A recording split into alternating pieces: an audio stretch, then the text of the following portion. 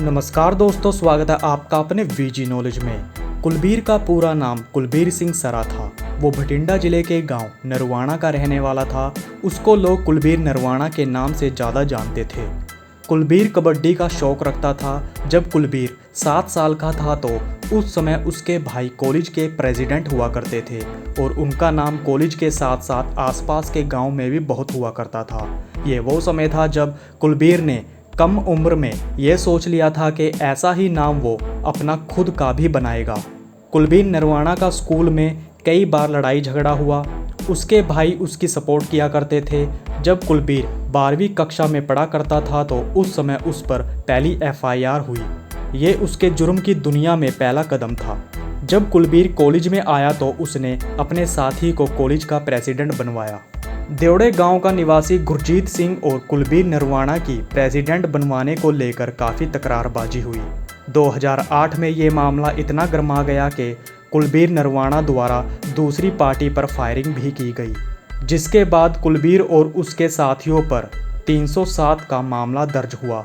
इसमें वो काफ़ी लंबे समय तक फरार रहे। पहली बार कुलबीर 2009 में जेल गया, जिसके बाद उसका जेल में आना जाना लगा रहा। एक बार भटिंडा जेल में कुलबीर नरवाणा ने सुपरिटेंडेंट डिप्टी मनजीत सिंह से गुहार लगाई कि उसको विरोधी गैंग से खतरा है, इसलिए उसको मानसा या बरनाला की जेल में शिफ्ट कर दिया जाए। कहते हैं सिर्फ 15 दिन ही कुलबीर की जमानत को रह गए थे।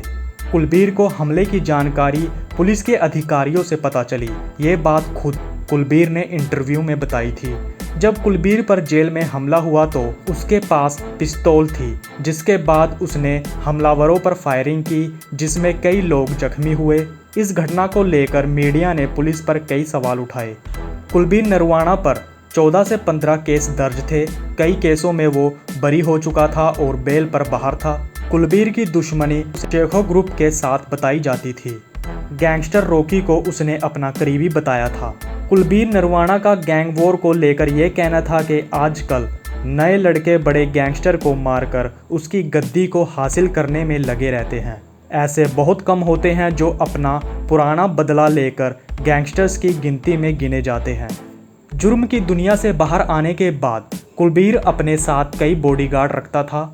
उसने गांव से बाहर कुछ दूरी पर एक घर बना रखा था, जहां उसके बॉडीगार्ड हथियारों के साथ 24 घंटे तैनात रहते थे। इस समय जुर्म की दुनिया छोड़ कुलबीर समाज सेवी बना हुआ था। उसने कई गरीब परिवार की लड़कियों की शादी करवाई।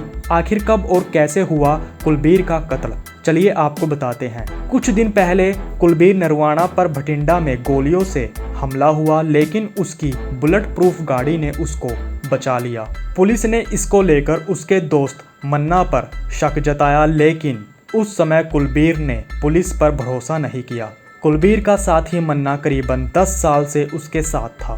शायद यही वजह थी कुलबीर के दिमाग में ये कभी नहीं आया कि उसका साथी एक दिन उसकी जान का दुश्मन बन जाएगा।